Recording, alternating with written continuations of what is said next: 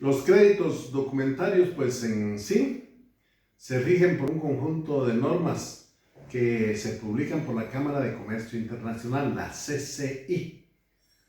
O es decir, hay normas, hay reglamentos para todo esto. Y lo lleva a cabo, escuchemos bien, la Cámara de Comercio Internacional, que es la CCI. Y esas reglas se les conocen como UCP 600.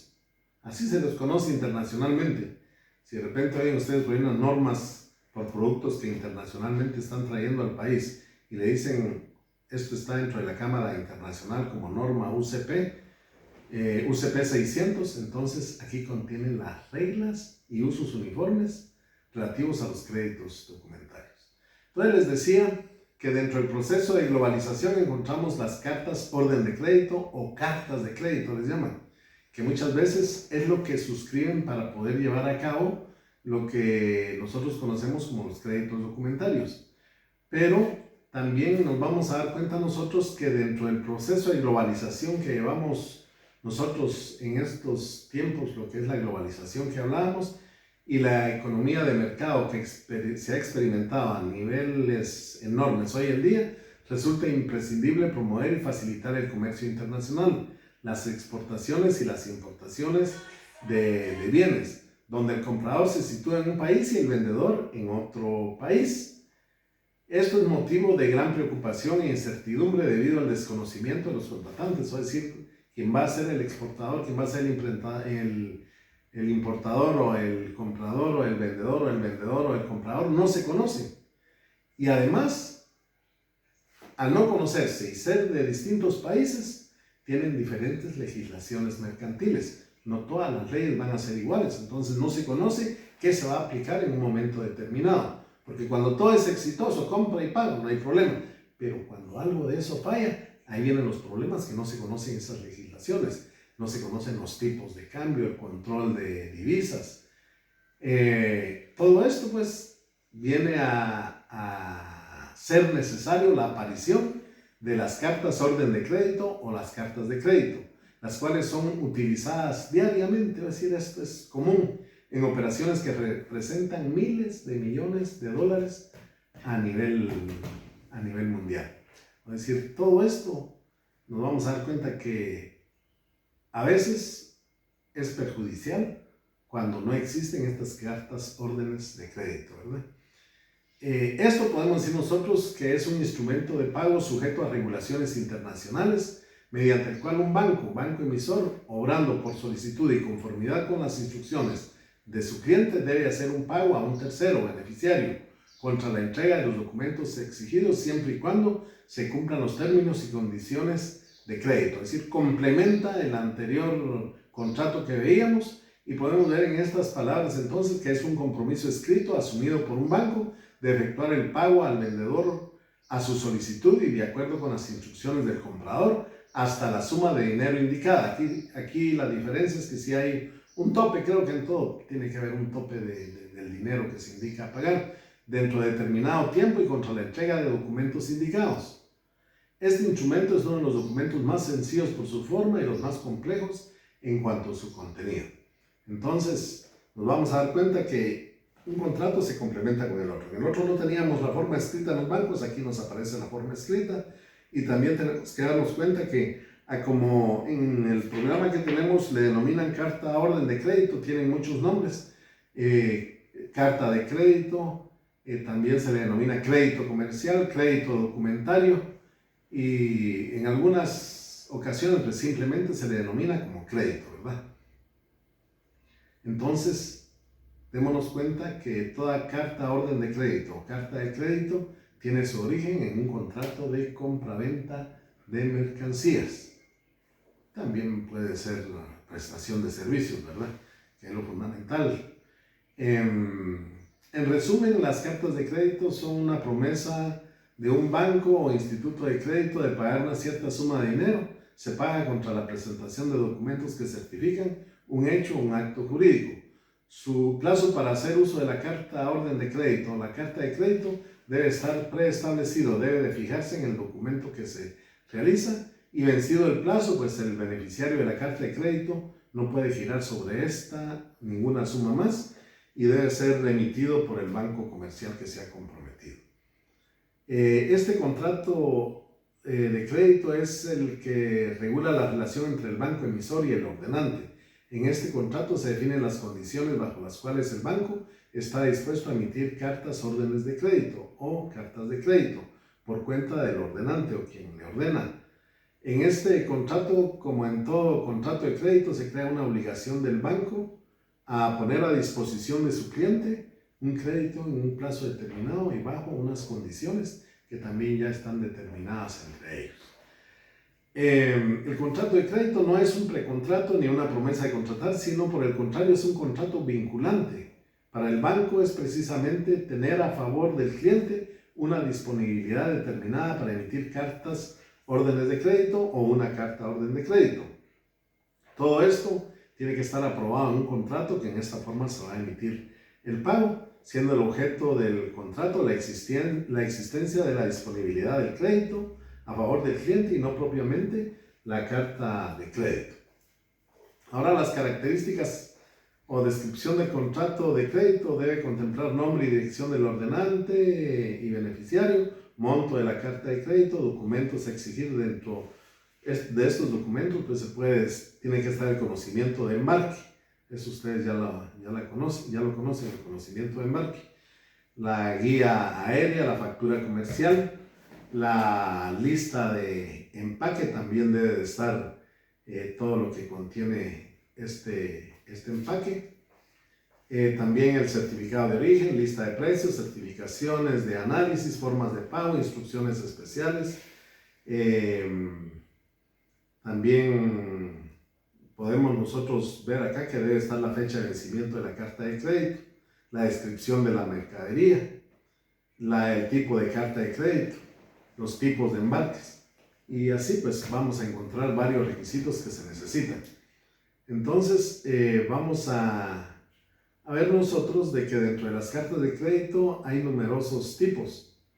Y vamos a mencionar los más importantes. Hay cartas de crédito o cartas órdenes de crédito revocable, irrevocable, transferible, back to back, único y rotativo, standby, condicional, confirmado. También el no confirmado está entre estos tipos. Y también de entre las más importantes tal vez vamos a nombrar solo tres. Lo que es la carta orden de crédito o la carta de crédito revocable. La revocable es la que permite reformas, modificaciones y cancelaciones en cualquier momento y sin el consentimiento del exportador o beneficiario en los términos explicados en la carta de crédito, debido al riesgo considerable para el exportador. Y estas pues normalmente no se aceptan, ¿verdad? No son muy comunes. Es importante porque se puede conocer que sí se puede hacer, pero el exportador en este caso tiene que aceptarlo, ¿verdad?